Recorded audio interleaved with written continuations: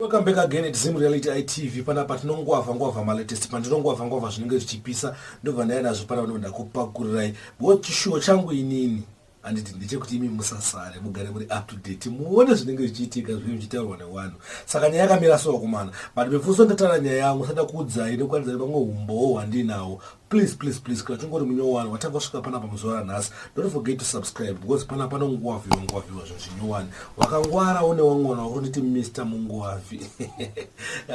Pakaipa. Anyway, nyaya yakamira so pane mapictures atakaona achitenderera madesi apfuura. Mapicture ndasanda Ndebele. Kana pana sina umaona wazongoona this video, uyu ndiye anonzi Sandra Ndebele. Aiwa ane mapicture akari kutendera zvakanyanya zvamanje manje. Saka pane imwe post yazondinakidza ndakuratidzani.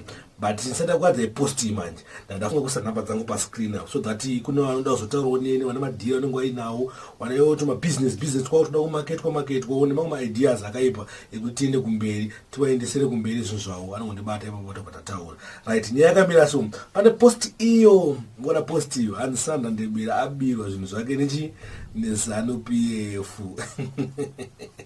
Gaya wakomana zvinochitwa nevanhu vanongodherera ZANU-PF kwakudherera ZANU-PF kwandike hanzi ndawambira masini kaposti kangondinakidza sandangodecide kuti maeke ndingoenda kopanapa mungokaonewo mungoona zvikuitwa uchi kufacebook boy kuna vamwe vasingafarira Facebook vanofarira Twitterwo vamwe vanofarira Twitter vamwe vanofarirawo Zim Reality saka ndipo vanotoona zvinhu zvese saka ndingoenda kokuratidzai post iyoyi hanzi Sandra Ndebele zvabiwa neZANU-PF kwekuti hasisina.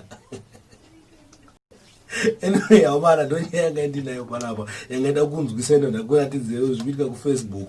Anyway, kana iwe watanga kusvika panapa nhasi sekutaura kwanamboita usati wasubscribe kuita kuti patinouya panapa tichitaura nyaya dzinosekesa tichiseka tiri pamwe chete tichiudzana dzimwe dzisingasekesa asi dzine musoroka dzinokubatsirai dzakaita senyaya yaDr Bondi munouya panapa ndoba dzinobatika panapa music ndokana zvese zvinongonakidza plus pamberi apo kam pane rimwe zimunhu so ndinoda kuuya naro panapa tichihosta mamwe mashows akaipa anenge ari mamotivation ekuti umwe manzwawo mai agona kubatsirawo mulife mako ndichakuratidza muchamuona manje mamai wavo vauya panapa vanenge vaine show yanenge vachiita maybe chaita kana Saturday kana chaita sei but ndakutanga kuti sei kuti ndimakete show yoma1 because sometimes zvoda zvinhu zvinotibatsirawo mulife hatingoyambi tingoseka chete because dumbu hariseki dumbu roda kudya.